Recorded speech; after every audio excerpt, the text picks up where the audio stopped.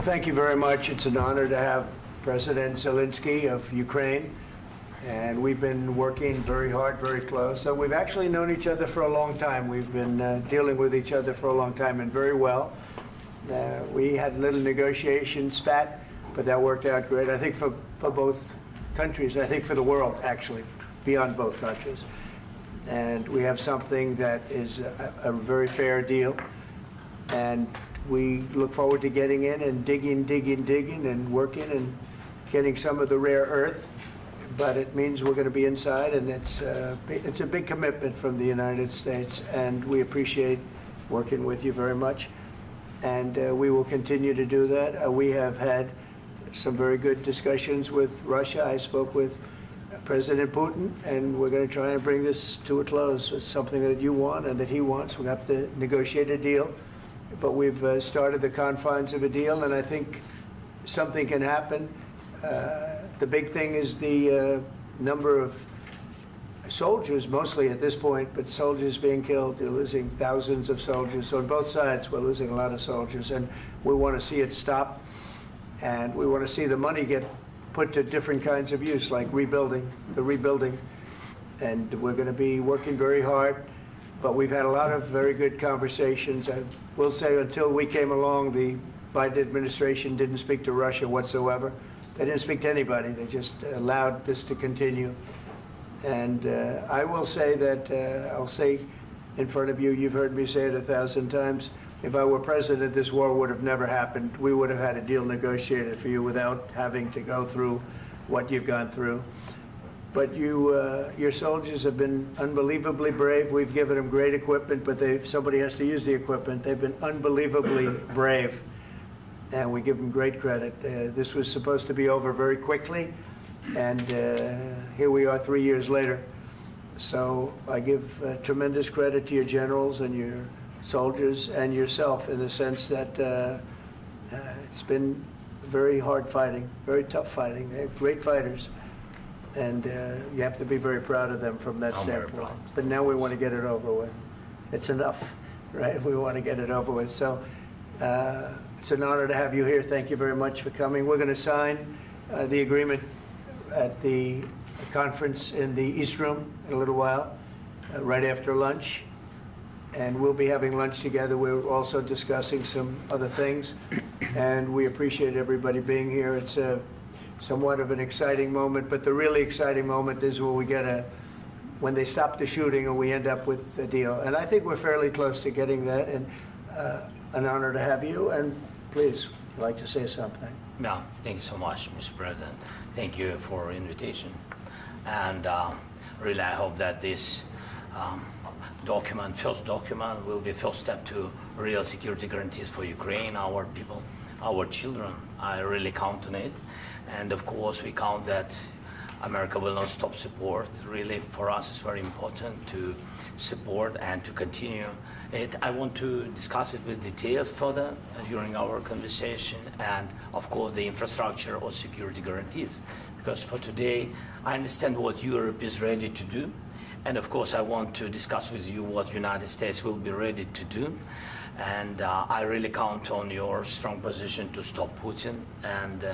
And you said that enough with the war. I think that is very important, Ben, to say these words to Putin at the very beginning of war, because he is a killer and terrorist. But I hope that together we can stop him. But for us, it's very important to, to save our country, our values, our freedom and democracy, and of course, no compromises with the killer about our territories, but it will be later. And of course, what I wanted, we spoke about it by phone with you, about the drones production. We have very good drones production. I think the best one in the world for today because of the war. Yes, and of course, we need very much the air defense. You have the best air defense in the world, and really you helped us under attacks of Russians, and I want to speak how we can exchange the licenses. We're open to share the licenses of all our drones with you, of course, with the United States, and we need licenses for quick production of air defense. Even after the war, we need our nation to be calm, that we are secure. So that's why we need this air shield. And of course, about this I want to speak about the contingents. I think that France and UK already spoke to you, and we know that Europe is ready, but without the United States, they will not be ready to be as strong as we need. And the last point, last not least, about exchange, about our people and children. And you know that this crazy Russian, that they stolen 20,000 of children, Ukrainian children. They changed their names, they changed their, their families, relatives, and now they're in Russia. We want to bring them back, and really, it's a big, big dream, task, and goal for me, and our warriors. By the way, Mr. President, we exchanged, released more than 4,000 warriors from Russian prison, but there are thousands more in the prison. I wanted to share with you some images. How it's. I've just can I now? Yeah, please. Some minutes, 1 minute, 1 minute. Just you to understand in what circumstances, in what situation they are, and what the attitude of Russia to our prisons. That guys, just you before and after.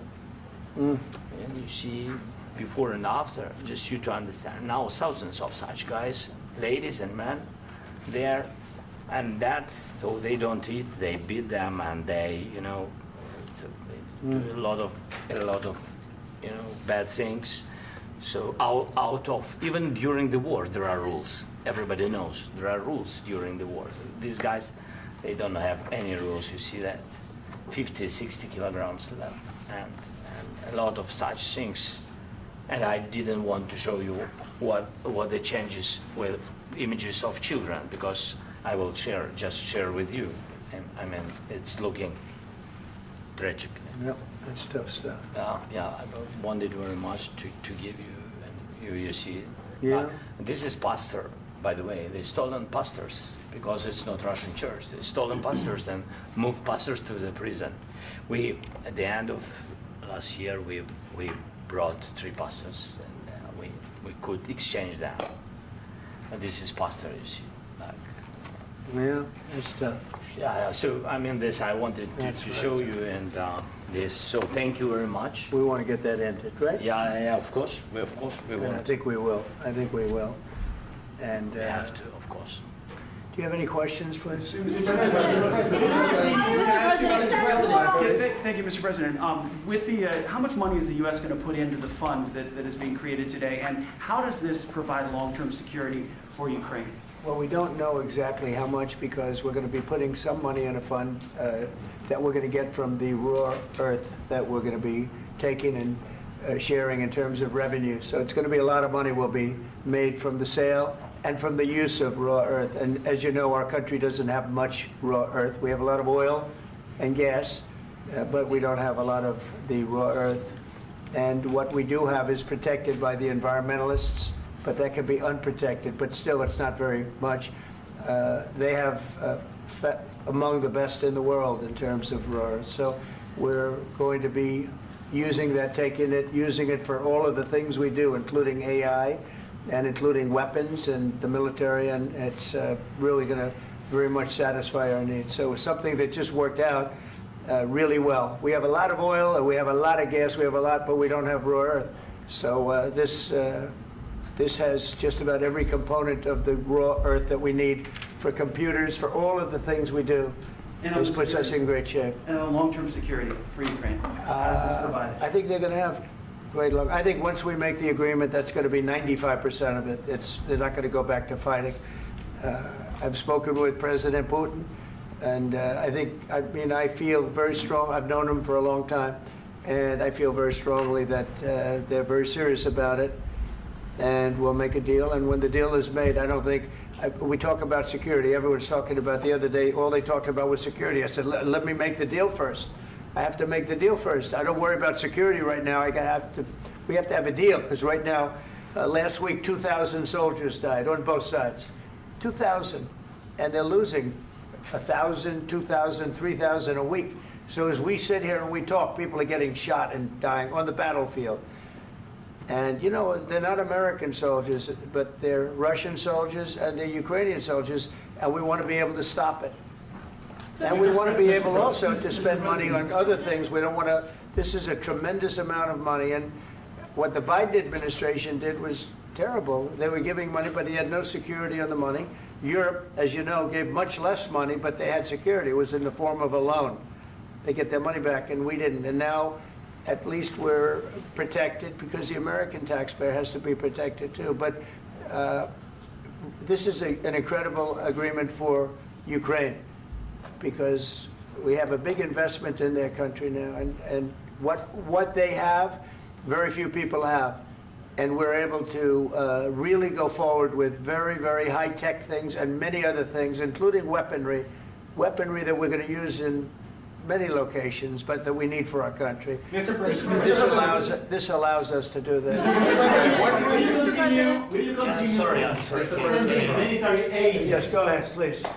If I can just, yes. In the document, there is one of the very important points. If we speak about business and investment, we never had LNG terminals in Ukraine. This document will open. I mean, the next document, but anyway, here we see in the framework, we see really goodwill for this. LNG terminals for us is very important, and I think for security of European continent. We have the biggest storage, gas storage. We have the biggest in Europe. Yes, yes, and we can use it. Use it for LNG. Use it for LNG, and we will do it. And really, we can help Europe because Europe really helped. President Trump said that they made less support, but they are our friends and they are our very supportive partners. They really gave a lot, Mr. President. They did. They gave a lot, but they gave much less. No. Much less. No. No. No, not you. No. Okay. Okay.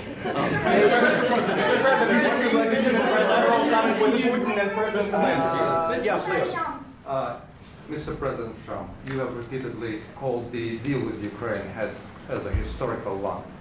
And as a President of the United States, you make historical decisions in other issues which affect America and other world.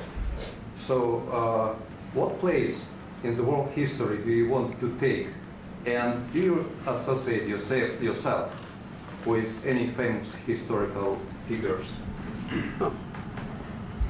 Yeah, I'd say George Washington, Abraham Lincoln.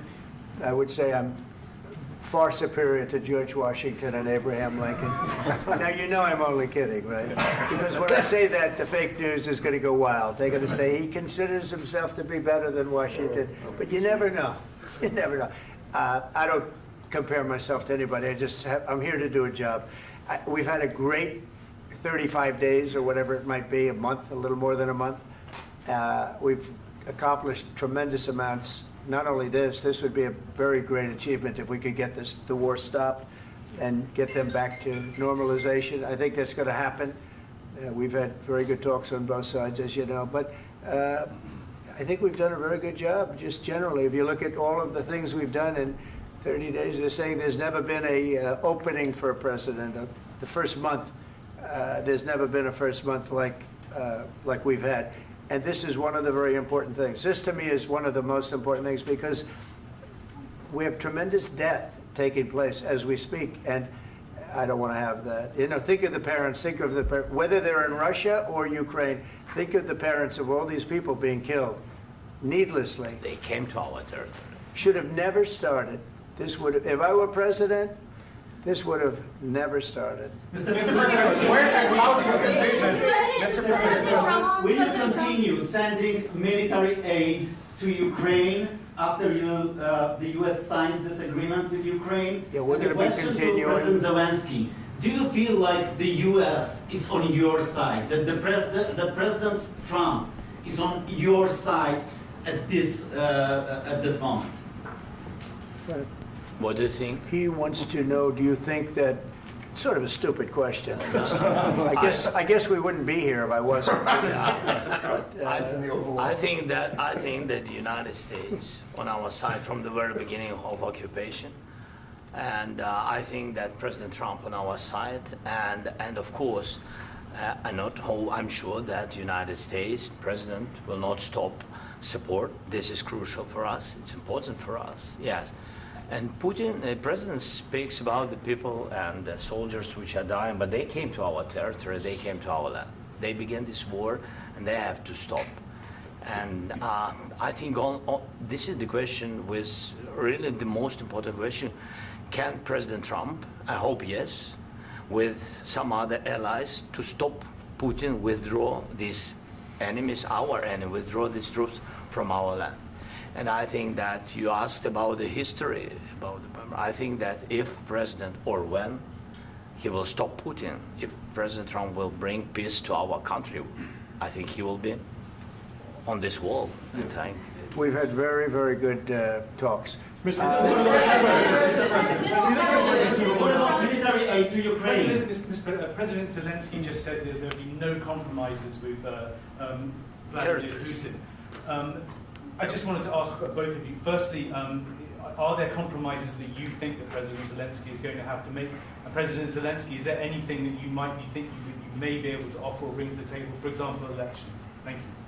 I think you're going to have to always make compromises. You can't do any deals without compromises. So certainly he's going to have to make some compromises, but hopefully they won't be as big as some people think you're going to have to make. That's all. That's all we can do. I'm here as an arbitrator, as a mediator to a certain extent between two parties that have been very hostile, to put it mildly. They've been very hostile. There's been a vicious war.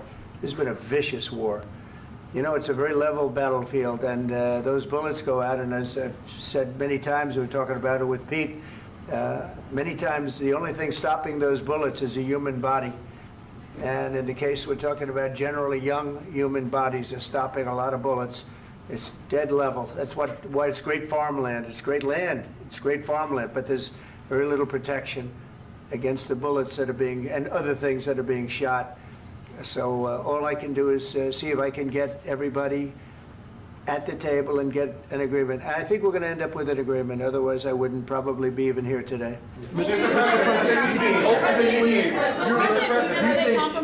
Mr. President, I've got two questions for you. You think ultimately your legacy will be the peacemaker and not the president that led this country into another war and ended foreign wars? And I've got a question. I hope it will. I mean, I hope I'm going to be remembered as a peacemaker. This would be a great thing if we could do this. I'm doing this to save lives more than anything else. Second is to save a lot of money, but I consider that to be far less important. So I hope I'm going to, thank you, Brian, for that question. It was a nice question. I hope I'll be known and recognized as a peacemaker. This would be a great thing to solve. This is a very dangerous situation. You know, this could lead to a third world war. This was headed in the wrong direction. If this election were lost, if we didn't win this election, and by the way, we won it by a lot. That was a mandate. We won every swing state. We won the popular vote by millions and millions of votes. We won everything. The districts, you look at the areas of red, take a look at a map. This was a big mandate, and this was one of the things. I said, we're going to get this thing settled. If we didn't win, I think this could have very well ended up in a third world war, and that would not have been a good situation. What was your second question? And my second question for President Zelensky, why don't you wear a suit? You're at the highest, why don't you wear a suit? You're at the highest level in this country's office, and you refuse to wear a suit. Just want to see if do you own a suit? Yeah, problems. A lot of Americans have problems with you not respecting the dignity of this office. I will wear a costume after this war will finish. Okay. Yes, maybe one. Maybe something like this. Something like yours. Yes. That'd be great. Maybe something better. I don't know. Yeah. We will see. Maybe something cheaper than. Yeah. Thank you. Thank you. President Trump. Thank you, President Trump. You said yesterday that you have. Are you going to send more arms to Ukraine in case there's no peace? Yeah, we're going to have arms to Ukraine. Yeah, sure. Hopefully, I won't have to send very much because hopefully we're going to have it finished. We're looking forward to finishing this quickly. We're not looking forward to sending a lot of arms. We're looking forward to getting the war finished so we can do other things. But we very much appreciate the agreement because we needed what they had, and we're treating, you know, our country is now treated fairly. Biden didn't do that. He didn't know what the hell he was doing. This should have never happened. This should have never started. But you know, sure, the answer is yes, but hopefully we won't have to send much, because I'm looking forward to getting it done quickly, very quickly. Does that mean you'll provide security guarantees, Mr. President? I don't want to talk about security yet, because I want to get the deal done. You know, you fall into the same trap like everybody else. A million times you say it over and over. I want to get the deal done. Security is so easy. That's about 2% of the problem. I'm not worried about security. I'm worried about getting the deal done. The security is the easy part. Security is very nice. Everybody stopped shooting. And now will Europe put people there? I know France is going to. I know the UK is going to. I know other countries are going to, and they happen to be right next door. We haven't committed, but we could conceivably. You know, we have security in a different form. We'll have workers there digging, taking the raw earth so that we can create a lot of great product in this country. So in that sense, you have something, but we haven't determined that yet. I will say, in speaking to France and in speaking to, and they were here, as you know, last week and just the other day, they have committed to a lot of security. I don't think you're going to need much security. I think once this deal gets done, it's over. Russia's not going to want to go back, and nobody's going to want to go back. When this deal ends, I really believe this deal is going to be over. Question? Yeah, please go ahead. Go ahead. Thank you, sir. Mr. President, thank you. You had President Macron and Keir Starmer at the White House this past week, both of whom praised your courage and conviction to lead the pathway towards peace. Yes. Part of that involved, though, re-engaging Russia in diplomatic relations, something that previous leaders lacked the conviction to do so. What gave you the moral courage and conviction to step forward and lead that? Well, I love this guy. Who are you with? One American News, sir. Well, that's why I like him. One American News does a great job. I like the question. I think it's a very good question. It's a pathway to peace. It's a pathway to getting something solved. And I feel that as the head of this country, I have an obligation to do that. Plus, you know, we're very much involved. We got involved. It's too bad we got involved, because there should have been no involvement, because there should have been no war. And there shouldn't have been October 7th. That would have never happened. As you know, Iran was broke. They had no money to give to Hezbollah. They had no money to give to Hamas. They were stone cold broke. And then under Biden, they became rich as hell. They went from no money to $300 billion in a period of 4 years. And they gave a lot of that money away, and you see what happened. And that's a real mess also that we hope to be able to solve. But no, I appreciate your question very much. It's just, I feel I have an obligation to try and do something to stop the death. If I can answer, yes, if I can answer, Please, sorry, go ahead. please. And I do like your clothing, by the way. Yeah, really? Even though I think he's a great guy, by the way. But I don't know if you two like each other. But you know what? I think he's dressed. I like this guy. I think he's dressed beautiful. So I have more serious things than answer on such Yeah, question. sure, that's I will okay. answer on more That's serious a good question if statement. I can. Yeah. So please, about security guarantees and about just ceasefire. We can't just speak about ceasefire and speak and speak. It will not work. Just ceasefire will never work, because I'm like a president. I have this experience, and not only me. Ukraine before my presidency, from the 2014, Putin broken 25 times.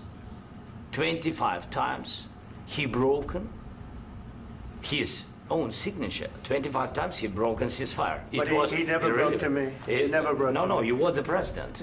You were the president during. He never broke to me. In 2016, you've been the president, Mr. President. You've been the president, but he had, of course, not with you, but he had during those period. He had conversations with our side, and we had Normandy format. You know, the France, Germany, Ukraine, and Russia, and he broken 25 times. That's why we will never accept just ceasefire. It will not work without security guarantees.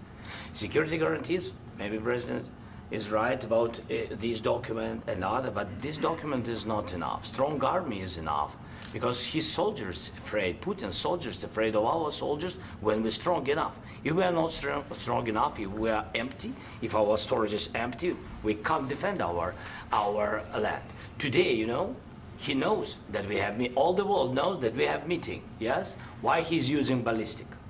Putin today using ballistic on our hospitals, schools, and etc. Ballistic. So he knows that we are here and that President Trump is really have goodwill to stop this war. And you hear now the president. So why he's using? So he doesn't want to stop. He doesn't want. But I hope that we will do it. Really, we'll do it. Security. When we speak about security guarantees, when the Europeans are ready for contingents, they need USA backstop. If there will not be United States, we will not never have any contingents, strong contingents from the Europeans, because they don't want to divide alliance connection between the United States as the main and strongest ally and Europeans. And this is crucial, this is important. That's what we want to speak about very much. This is very important. And air defense. So air defense, really, we have big deficit with all these systems, and we need to provide this. We need it very much. Otherwise, Putin will never stop, and will go further and further. He doesn't want. He hates us. You know, it's not about me. He hates Ukrainians. He thinks that we are not a nation. He thinks, and he shared these thoughts. I think maybe with your team also. I don't know, but with all the Europeans, in media, officially and not, he always said that there is no such country, such nation, such language, and such life like Ukrainian. No, he really doesn't respect all the Ukrainians, and he wants to destroy us. And you are right, Mr. President. That's 2%. This document, maybe other documents, it's a very good start, very good, but it will not enough to stop this person. Should Russia pay to rebuild Ukraine? Mr. President, under these Should Russia pay to I asked rebuild Ukraine? They have to Zelensky pay. this question. This is the rule. This is the rule of the war. This is the rule of the war. During all the centuries, all the history, this is the rule of the war. Who began, those pay. Do you agree, This is the rule. Putin began this war. He has to pay all money for innovation. He has to pay. Of course, some Russian assets, what we have in Europe, about 300 billion, we can use them. We can use for innovation and buy military support from the United States also. We can do it, but it's not enough. It's not enough. President, under these circumstances, do you envision a trilateral summit with Putin and President Zelensky? Wait 1 second. I asked this question that you didn't like because I wanted to know if you want to position yourself in the middle between Russia and Yes. Ukraine, or on the Ukraine side. No, I'm in the middle. I want to solve this thing. I'm for both. I want to get it solved. And it's wonderful to speak badly about somebody else, but I want to get it solved. If we can solve it, great. If we can't solve it, they're going to have to fight it out, and who knows what's going to happen. But I want to see it get solved. May I follow up? One more question about U.S. troops in Europe. After Russian invasion of Ukraine, your predecessor sent additional troops to Eastern Europe, including Poland, my country. Yeah. Are you committed to keeping these troops on the eastern flank of NATO in the future? I'm very committed to Poland. I think Poland has really stepped up and done a great job for NATO. They, as you know, they paid more than they had to.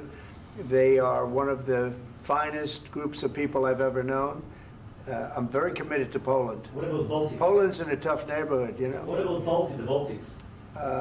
The Baltics, they got a lot of, it's a tough neighborhood too, but we're committed. We're going to be very committed, and we're committed to NATO. But NATO has to step up, and the Europeans have to step up more than they have. And I want to see them equalize, because they are in for far less than we're in, and they should be at least equal. You understand that? Why is the United States, we have an ocean in between, why is the United States in for so much more money and other things as Europe? With that being said, and as you said, they've also been obviously very helpful, but we have put in far more than they have, and I think they should equalize. Mr. President, Please, go ahead. Ask you about the agreement again today. What changed between the first time that Secretary Bessent gave President Zelensky the agreement and today for the signing? We made a deal.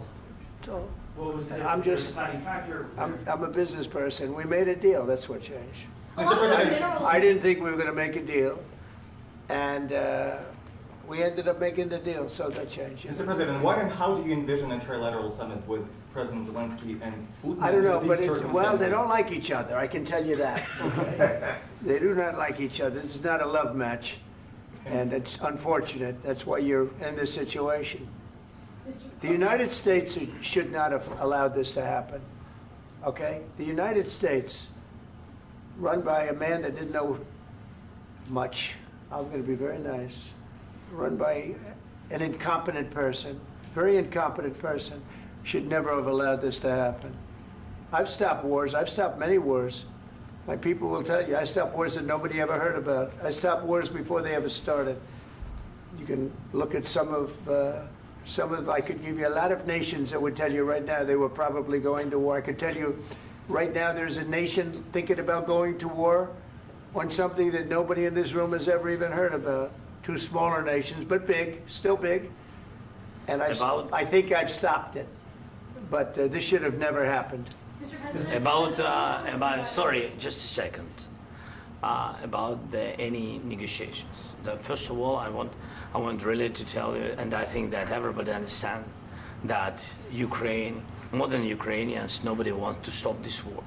But at the future, any negotiations, it's understandable that two sides of the war, not Russia and the United States, because this is not the war between Russia and the United States. This is war of Russia against Ukraine and Ukrainian people. So these two sides will be at the will be at the negotiation table. Then of course United States, like the strongest partner of the Ukraine, and of course Europe. I think Europe is very important. I want to speak about it with the president. Yes, Europe is very important for us because we really defend Europe for today. All Europeans really recognize that we are defending the line, and they have real life, and our people are dying. That's why they helped us. And also, it's about the NATO. Yes, between, like the president said, you have big, nice ocean. Yes, between us. But if we will not stay, Russia will go further to Baltics and to Poland, by the way. But first to the Baltics. It's understandable for them because they've been in the USSR. You know, they've been one of the republics of the USSR, and Putin wants to bring them back to his empire. It's a fact. And when he will go there, if we will not stay, you will fight. Your American soldiers, it doesn't matter, do you have ocean or not, your soldiers will fight. Mr. President, would you be willing to visit Ukraine, maybe Kyiv or Odessa, which is known to be at the Riviera or Black Sea? It was my question. I'm sorry. I don't want to talk about Odessa now. Let's not talk about Odessa. I want to talk about making a deal, getting peace. We don't have to talk about Odessa, but a lot of cities have been destroyed. A lot of cities that are not recognizable. There's not a building standing. No, and a lot of things. Mr. President, you have to come and to look. No. We have very good cities. Yes, a lot of things have been destroyed, but mostly cities alive, and people work, and children go to school. Sometimes it's very difficult. Sometimes closer to front line, children have to go to underground schools or online. But we live. Ukraine is fighting, and Ukraine lives. This is very important. And maybe it's Putin is sharing this information that he destroyed us. No, he lost 700,000 people, 700,000 soldiers. He lost everything. Yes. So. Mr. President, one more. I mentioned Poland. Please, go ahead. When did you last speak with President Putin, and what did he say that? A couple of days ago. And what did he tell you that gave you the assurance that he wanted peace? Well, that's what I do. My whole life is deals. I know pretty good. And I've known him for a long time. I've dealt with him for a long time. He had to suffer through the Russia hoax. You know, Russia was a hoax. It was all Biden. It was nothing to do with him. So he had to suffer through that, and he was able to do that. I think that he wants to make a deal, and he'd like to see it end. That's all I do. That's what I do. My whole life, that's what I do, is make deals. And I'm in the middle of a mess, because this is a real mess. It's a very dangerous one. If this doesn't get solved now, it's not going to get solved for a long time. So I hope we're going to get it solved. In the back, please. Thank you, Mr. President. Prime Minister Starmer claimed repeatedly that his government believes in free speech and was not engaged in censorship. But his country's government arrests people for memes and thought crimes, and even more worrisome is pressuring American companies to censor Americans on its behalf.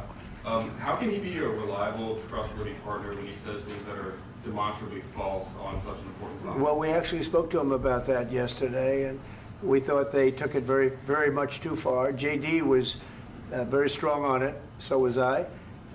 So was Marco. And we've been speaking to him about it. Marco, would you like to say something about that? Yeah, we have concerns, obviously, with the conduct of theirs, particularly as it impacts Americans. And there's real concern that American speech, which is online, could fall into the hands of British or any country's jurisdiction. And so this is a point the Vice President made at Munich, and I think it's a very compelling one, that what unites us with Europe, as much as anything else, is these shared values, and one of them being free speech. And so if Americans are threatened by it, we're going to need to take action in that regard. Mr. President. It's actually a very important question. We spoke about this in detail with the Prime Minister, the Foreign Secretary, and others at lunch yesterday. And I know that Secretary of Commerce Lutnick followed up in private meetings last night. This is really important. We believe Americans have the right to speak their mind, even if we in this room disagree with them. They have the right to speak their mind in the public square, which is often online these days. And we're going to defend that right as it pertains to American companies and American citizens vigorously if we have to. I do think that under the President's leadership, we're going to find common ground with our friends in the UK on this question, but it remains to be seen. The principle that will guide us is we believe in free speech in this country, and we'll fight for it for American citizens.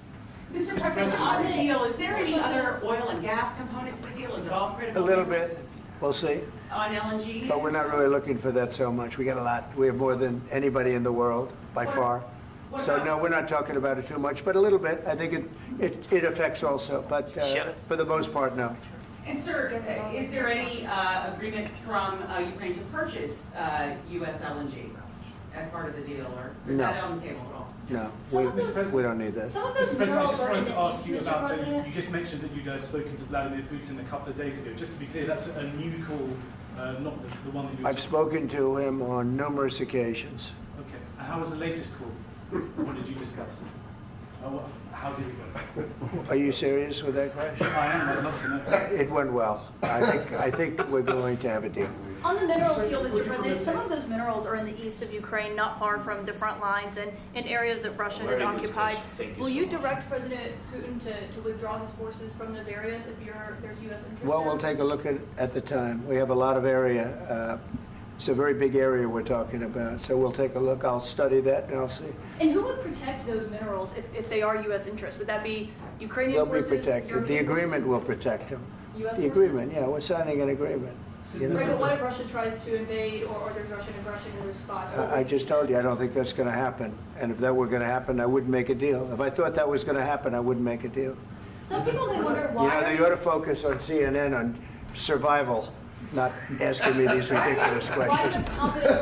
Focus on surviving, because CNN's got such low ratings, I don't think they're going to survive. Let's go. Please, go ahead. I already mentioned Poland. Poland was under Russian control for decades after the Second World War.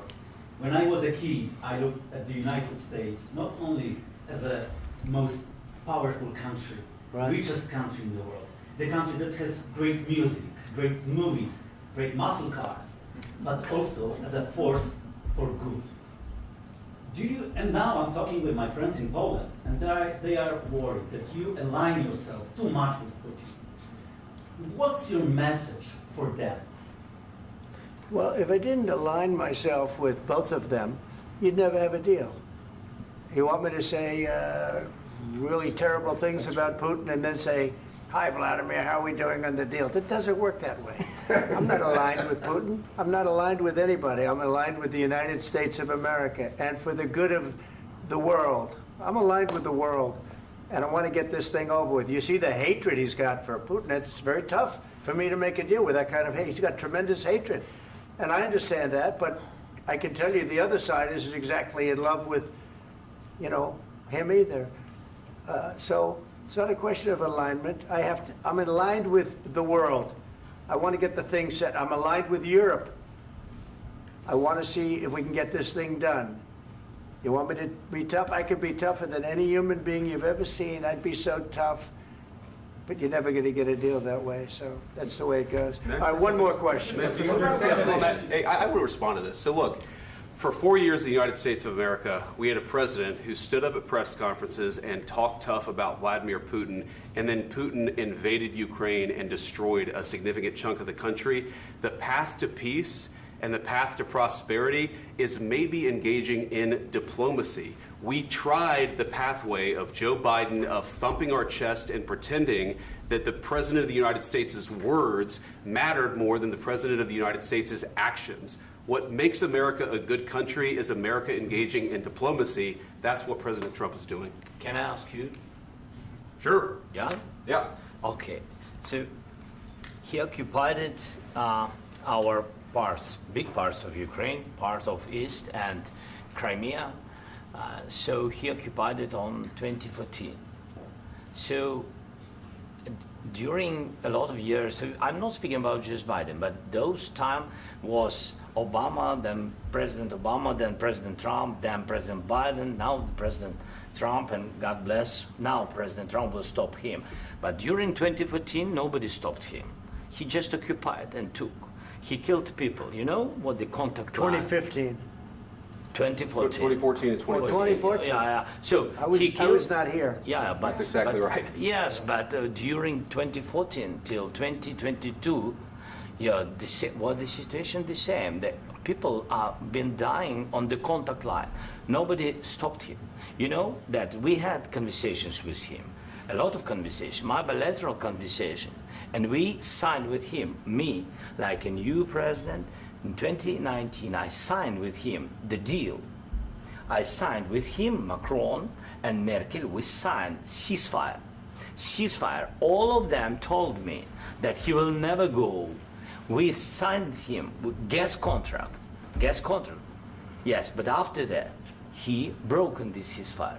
He killed our people and he didn't exchange prisoners. We signed the exchange of prisoners, but he didn't do it. What kind of diplomacy, JD, you are speaking about? What do you mean? I'm talking about the kind of diplomacy that's going to end the destruction of your country. Yes, but if you Mr. President, with respect, I think it's disrespectful for you to come into the Oval Office and try to litigate this in front of the American media. Right now, you guys are going around and forcing conscripts to the front lines because you have manpower problems. You should be thanking the President for trying to bring an end to this conflict. Have you ever been to Ukraine that you say what problems we have? I have been to. Count once. I've actually watched and seen the stories, and I know what happens is you bring them on a propaganda tour, Mr. President. Do you disagree that you've had problems bringing people into your military? And do you think that it's respectful to come to the Oval Office of the United States of America and attack the administration that is trying to prevent the destruction of your country? A lot of questions. Let's start from the beginning. Sure. First of all, during the war, everybody has problems. Even you, but you have nice ocean and don't feel now, but you will feel it in the future. God bless. You don't know that. God bless. You don't God know bless. that. You will not have a war. Don't tell us what we're going to feel. We're trying to solve a problem. Don't tell us what we're going to feel. I'm not telling you. Because I'm you're in no answering on position this to question. dictate that. That's Remember exactly what this. you're doing. You're in no position to dictate what we're going to feel. You We're going to feel very you will good. Feel influence. We're going to feel very I'm good and telling very you, strong. You will feel influence. You're right now not in a very good position. You've allowed yourself to be in a very bad position, and he happens to be right about it. From the very beginning of the war. You're not in a good position. I You don't have the cards right now. With us, you start having I'm not playing cards. cards. Right now, you don't. I'm very You're playing serious, cards. Mr. President. You're I'm playing very cards. serious. You're I'm gambling the with the president lives in of war. millions of people. You think You're you- gambling with World War III. what you're You're thinking gambling about? with What you're World thinking War about? III. And what you're doing is very disrespectful to the country, this country. That's with back all to you. respect to your Far country. more than a lot of people said very they respect. should have. Have you said thank you once? This A lot entire of meeting? times. No, in this Even entire meeting, today. have you said thank Even you? today. You went to Pennsylvania and campaigned for the opposition in October. Offer some words of appreciation for the United States what of are you speaking America about? and the president who's trying to save your country. Please, you think that if you will speak very loudly about the war, you He's can... not speaking loudly. He's not Yeah. speaking loudly. Your country's Can I- in big can I- trouble. Can I Wait a answer? minute. No, Can you've I done a lot answer? of talking. Your country is in big trouble. I know. You're not I winning. know. You're not winning this. You have a damn good chance of we are coming out staying, okay because of Mr. us. President, we are staying in our country, staying strong from the very beginning of the war. We've been alone, and we are thankful. I said thanks You haven't in been this alone. cabinet, You and haven't not been only alone. in this cabinet. We gave you, through I this said stupid thank you. president, $350 billion. You we voted gave for you your military president. equipment, You and you voted men for are your brave, president. but they had to use our military. What about West If people? you didn't have You our invited military me- equipment, You invited if me you to didn't speak. have our military equipment, this war would have been over in 2 weeks. In 3 okay? days, I heard it from Putin. In 3 days, this is something Maybe new. less. In 2 weeks, of course, yes. It's going to be a very hard thing to do business like this. I Again, tell you. just say thank you. I said a lot of times that thank there, you accept to that- American people. Accept that there are disagreements, and let's go litigate those disagreements rather than trying to fight it out in the American media when you're wrong. We know that you're wrong. But you see, I think it's good for the American people to see what's going on. I understand, sir. I think it's I very understand. important. That's why I kept this going so long. You have to be thankful. You don't have the I'm cards. thankful. You're buried there. Your people are dying. tell you You're again, running I low know. on soldiers. Don't- Listen, don't, please, you're running Mr. low on President. soldiers. It would be a damn good thing. Mr. And then President. then you tell us, I don't want a ceasefire. I don't want a ceasefire. I want to go and I want this. Look, if you could get a ceasefire right now, I tell you, you take it so the bullets stop flying and your men stop getting killed. Of course, we want to stop the war. But you're I saying said- you don't want a ceasefire. But I said to you, I want a ceasefire. with guarantees. Because you'll get a ceasefire faster than an agreement. Ask our people about ceasefire, what they think. That wasn't it doesn't with matter me. for you what That what wasn't is- with me. It That was wasn't with you. a guy named Biden, who was not a smart person. This That is was your, with, this that was is with your Obama. president. It was your president. Excuse me. That was with Obama, who gave you sheets, and I gave you javelins. Yes. I gave you the javelins to take out all those tanks. Obama gave you sheets. In fact, the statement is Obama gave sheets and Trump gave javelins. You got to be more thankful, because let me tell you, you don't have the cards. With us, you have the cards. But without us, you don't have any cards. One more question to Mr. Vice President. I'm sorry. It's going to be a tough deal to make, Um, because the attitudes have to change. What if Russia breaks ceasefire? What if Russia breaks peace talks? What do you do then? I understand that it's a heated conversation right now. What are you but saying? what She's if asking, what if Russia Putin breaks the ceasefire? What if anything? What if a bomb drops on your head right now? But they have Okay? broken ceasefire What if they broke it? many I don't know. They broke it with Biden, because Biden, they didn't respect him. They didn't respect Obama. They respect me. Let me tell you, Putin went through a hell of a lot with me. He went through a phony witch hunt where they used him and Russia. Russia. You ever hear of that deal? That was a phony Hunter Biden, Joe Biden scam. Hillary Clinton, Shifty Adam Schiff. It was a Democrat scam. And he had to go through that. And he did go through it. We didn't end up in a war. And he went through it. He was accused of all that stuff. He had nothing to do with it. It came out of Hunter Biden's bathroom. It came out of Hunter Biden's bedroom. It was disgusting.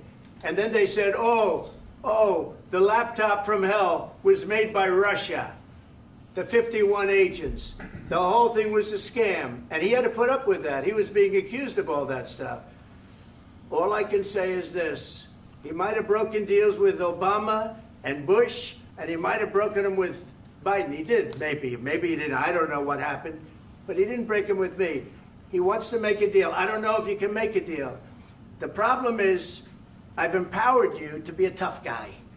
And I don't think you'd be a tough guy without the United States. And your people are very brave. But you're either going to make a deal or we're out. And if we're out, you'll fight it out. I don't think it's going to be pretty, but you'll fight it out. But you don't have the cards. But once we sign that deal, you're in a much better position. But you're not acting at all thankful. And that's not a nice thing. I'll be honest, that's not a nice thing. All right, I think we've seen enough. What do you think? Huh? This is going to be great television, I will say that. All right. We'll see what we can do about putting it together. Thank you, sir. I need the back of this. We'll see. I don't know. All right, guys, come on. Wait, hey, let's go. Guys, come on, let's move